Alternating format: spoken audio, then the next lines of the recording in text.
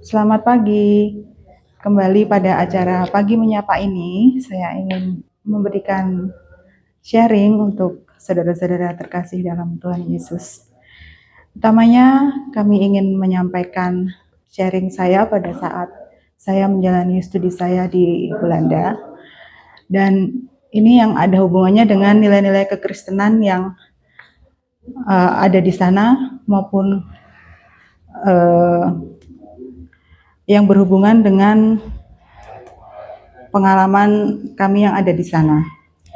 Jadi waktu saya di Indonesia itu kan kalau kita dengar tentang Belanda itu biasanya negatif ya dalam hal kekristenan. Misalnya gereja itu sudah kosong, hanya diisi oleh orang-orang tua dan ya bisa dikatakan mati begitu. Nah, ketika saya berada di sana dan mengunjungi beberapa gereja di sana, itu yang saya saksikan sendiri dengan mata kepala saya sendiri, itu sebetulnya gereja di sana tetap bertumbuh dengan baik. Di tempat saya tinggal di sebuah kota kecil di Breukelen, itu dekat dengan Amsterdam, itu saya datang ke sebuah gereja yang bentuknya seperti GKJ begitu ya, yang termasuk tradisional dan tata caranya juga hampir sama. Itu yang datang juga jemaatnya banyak, tidak hanya orang tua, ada anak-anak, ada keluarga, dan seperti di sini juga anak-anak dijajarin dulu gitu ya di depan kalau mau sekolah minggu gitu. Jadi baik-baik saja dan normal-normal saja. Dan di sana juga ada lobby kalau kita sudah selesai kebaktian untuk bersosialisasi. Jadi kita bisa berkenalan dengan jemaat lokal. Kemudian saya juga pernah ke suatu gereja yang ya alirannya lebih kontemporer gitu ya. Itu setupnya seperti di kafe begitu. Itu isinya anak-anak muda Belanda gitu ya. Kemudian pernah juga waktu malam Natal saya diajak oleh teman saya untuk mengikuti kebaktian Natal. Di sana itu kalau di Belanda tuh bangunan modernnya itu malah banyak yang kotak-kotak ya. Jadi nggak terlalu arsitekturnya sebenarnya sederhana lah gitu. Termasuk gerejanya juga. Gerejanya sederhana tapi isinya juga full.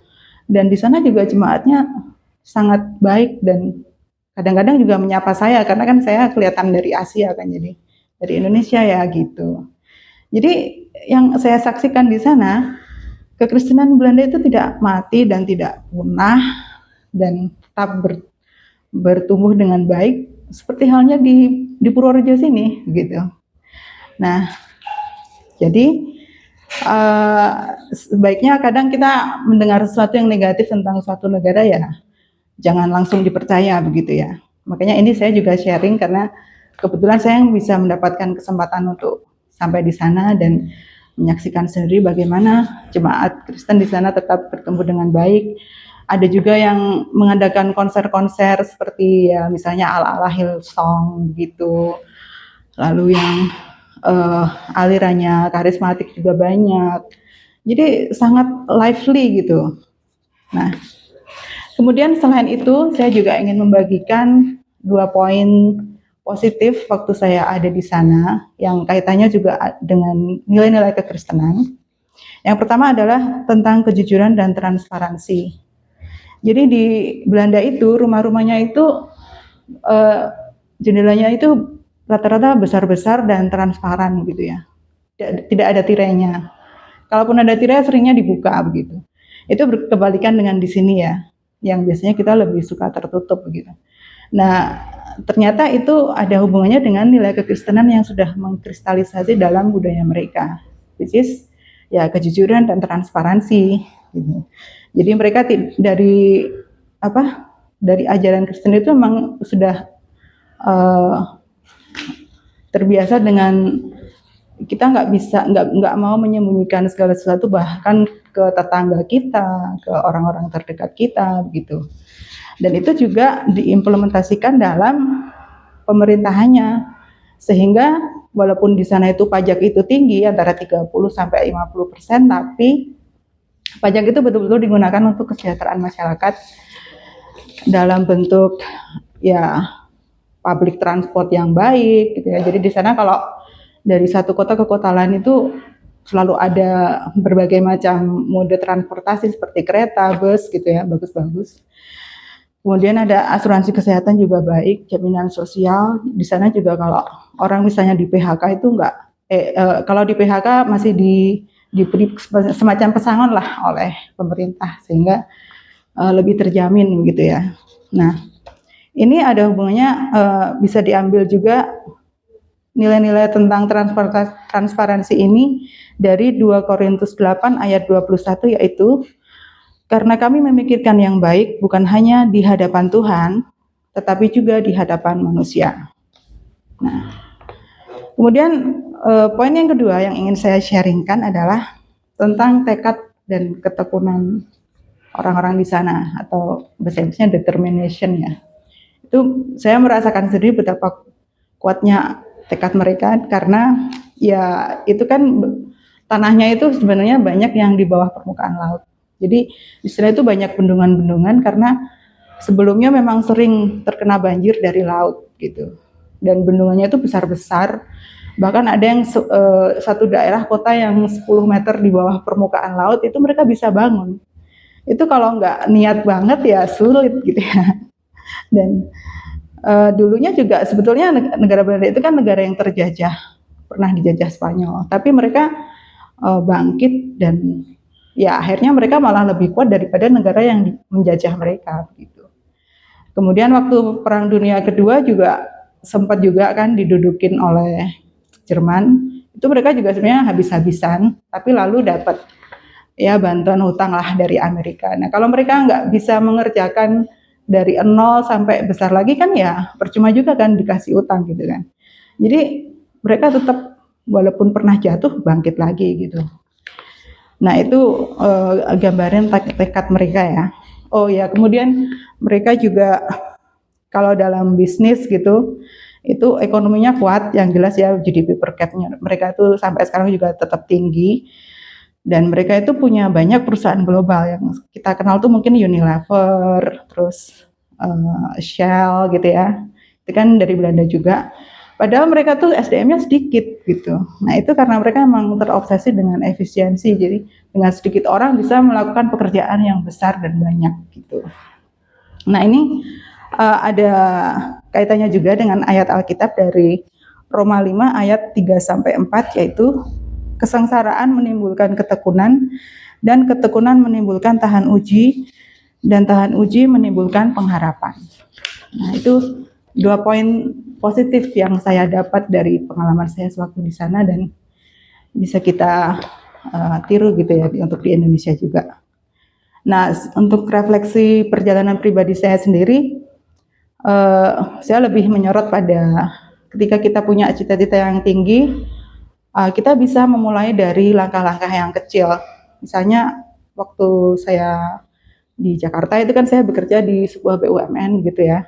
Kemudian saya beralih industri dan beralih profesi membuat suatu usaha yaitu wirausaha sosial atau social entrepreneurship. Itu kan memulai dari nol lagi gitu ya. Tapi ya kita harus mengerjakannya dengan tekun dari hal-hal yang kecil yang ada di hadapan kita.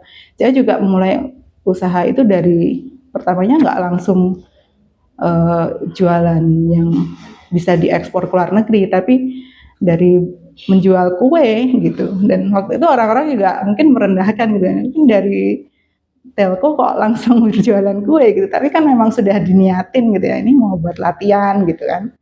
Terus setelah kita menjalani ternyata marketnya terbatas waktu itu, terus kita ganti produk menjadi tekstil dan ya artinya walaupun saya ganti industri tapi cita-citanya itu tetap harus tinggi gitu ya. Nah itu yang penting kita menjalani hal-hal yang kecil tadi dengan tekun, akhirnya dibukakan jalan untuk betul-betul sampai mencapai cita-cita kita, yaitu misalnya dalam hal saya ya tentunya ingin menjual produk saya ke luar negeri misalnya. Nah itu saya juga harus mengikuti kompetisi-kompetisi inkubasi dari kementerian yang harus disaring juga ya, dari 400 diterima 100. Kemudian puji Tuhan yang kemarin tahun 2024 ya, saya mendapat beasiswa di Australia, itu juga ada kompetisinya ya, dari 400 cuma diterima 25 usaha gitu. Nah itu untuk sampai ke sana itu kan juga itu tadi, kita harus menekuni hal-hal yang kecil yang ada di hadapan kita itu. Pasti Tuhan akan memberikan jalan, akan memberikan tanggung jawab yang lebih besar. Dan ini ada hubungannya dengan ayat Lukas 16 ayat 10a. Barang siapa setia dalam perkara-perkara kecil, ia setia juga dalam perkara-perkara besar. Nah, kemudian untuk penutupnya saya ingin menambahkan suatu definisi kesuksesan dari John Maxwell, yaitu seorang motivator Kristen, di mana menurut dia kesuksesan adalah ketika kita mengetahui tujuan hidup. Ya, sebagai orang Kristen kan tujuan hidup kita itu untuk kemuliaan Tuhan ya, bukan untuk ego pribadi. Kemudian mengembangkan potensi maksimal kita dan memberi manfaat bagi orang lain. Nah, itu definisi kesuksesan. Jadi yang bisa mengukur sebenarnya kita sendiri gitu. Apakah kita sudah mencapai potensi maksimal kita, dan itu bukan satu event saja ya, itu suatu perjalanan selama kita berkehidupan, demikian. Nah, jadi terutama untuk adik-adik atau saudara-saudara yang sedang meniti karir, atau mungkin sedang berganti industri seperti saya, atau mungkin sedang mencari pekerjaan tapi belum pas, sehingga masih berjuang gitu ya, mencari pekerjaan. Apapun pergumulan saudara, tetap jangan berhenti, jangan mandek, jangan menyerah. Lakukan yang terbaik, yang setia dengan hal-hal yang kecil, tetap punya cita-cita yang besar dan tinggi. Pasti nanti akan tercapai ketika kita dengan tekun menjalaninya. Ya. Demikian sharing dari saya pagi ini, semoga bisa menginspirasi untuk saudara-saudara yang terkasih dalam Tuhan Yesus. Terima kasih.